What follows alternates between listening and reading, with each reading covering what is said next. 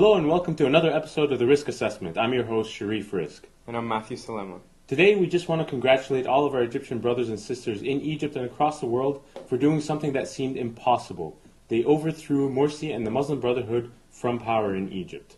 This comes after approximately 4 days of protests in the streets and after months of frustration that's been building up at the incompetence that the Muslim Brotherhood has had at governance in Egypt. So this is a good time to celebrate, and we're really proud of what the Egyptians have done. But it's really important to really know why we are celebrating. I think right now would you agree that we're at the very early stages of accomplishing the goals of the first revolution? Absolutely. Which are bread, freedom, and social justice. That's very clear. Now, it is a milestone in itself that we were able to expose this regime, the Muslim Brotherhood, and it seems impossible that they'll ever be able to grab power again, because they've been exposed to the whole world. People know how they're thinking, and they can't fool anyone anymore. Mm-hmm.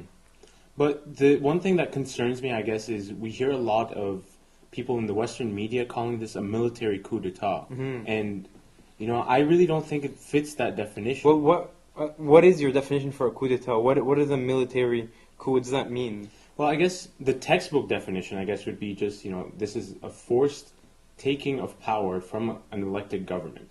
But, at face value, it might seem like that, but when you really look at the facts that led up to where we are today, that the Muslim Brotherhood are no longer in power, it doesn't fit that definition. But how, the way people see it is, you have a military that came up in a speech and said, you know what, this guy is no longer the president, and we're going to suspend the constitution, and we're going to appoint Ali Mansour to be the new president.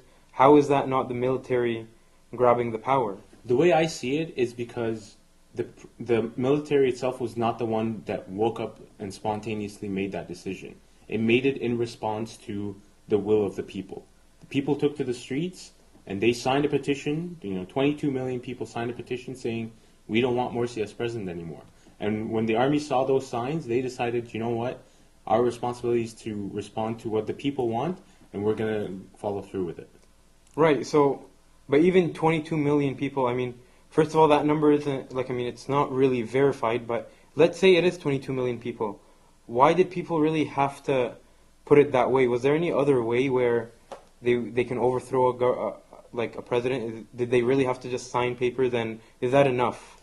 The thing is, looking at the scenario in Egypt, you see that, there was no elected parliament in power, right? The usual way of, politics playing out is you have an elected House of Commons or a parliament that represents the will of the people, and if the people are not happy with the decision of a certain president, for example, then they can write their members of parliament and say, you know what, I'm not happy with this decision. But Egypt has been operating for quite some time now without a parliament. So how can the people express their desire or their concerns about the way the country is being run? They never had that option. They haven't had that option since Morsi was brought into office. And they've given him a lot of time in order for him to call an election and get a parliament in power in order to, allow the people to express their opinion, but he never took that chance. So the people decided, you know what, we're going to take that opportunity ourselves. We're the ones who are going to voice our own opinion by going to the streets. So they went to the streets, they did all that, and the army kind of, just finished the game for them. They just took our side, and they really finished the game. And an interesting thing to see is the army didn't grab the power for itself, right? They removed Morsi, but then they gave the power to Ali Mansour, who's the head of the Higher Constitutional Court, right? And even when he was being sworn in, they weren't even present at the ceremony. That was a sign from them to show we don't, this is not us grabbing the power. This is the people's coup. It's the people that are overthrowing the government, and we're simply here to just facilitate that and to make sure there's no violence in between this process. I think it shows that the military has learned from its past mistake when Mubarak stepped down. Because when Mubarak stepped down, the army was the one who stepped into the president's shoes, and they were the ones calling the shots. And I think they had a big problem trying to handle that, because the people didn't feel comfortable having the military running, and because they don't know how. Right? It's not. And this time, the way they said the way they did it was, you know what? Right from day one, we're not gonna fill the president's shoes the president's shoes at any time. We're going to let the civilian government do it, and we're going to let the judiciary do it. So I think what they're really trying to do is really uphold the rule of law by doing that. Now, let's for a second kind of think of, we have to agree that there are some people that are pro Morsi. They like, I don't know if they like the guy or, you know, their mentality or whatever it is, for one reason or another, they feel comfortable with him being president, right? And that's fair. Now, what about their voices? Why, like, are they being ignored? Because to them, they feel like, you know what, this guy came through a democratic process. We all elected him. He won the elections fair and square. Why can't we just overthrow him just like that? That's not a democratic thing to do. The way I see it is, you know, just because Morsi was brought to the presidency by the ballot box, and that this supposedly reflects the will of the people, that doesn't mean that the people's opinion of him hasn't changed in the past year. Just because imagine, for example, I had voted for Morsi a year ago. That doesn't necessarily mean that my opinion is the same a year later. You know, we've seen some examples in the media where people who voted for Morsi in the past, they actually went out to protest against him, saying, I regret voting for Morsi. I regret bringing him to power because now I've seen what kind of person he is and what he's capable of as president. And quite frankly, I'm not happy. I want to take back that decision. That reminds me of a very good example someone posted. It said something like, imagine you're at a grocery store and you buy a can of corned beef, right? And it says its expiry date is in 4 years.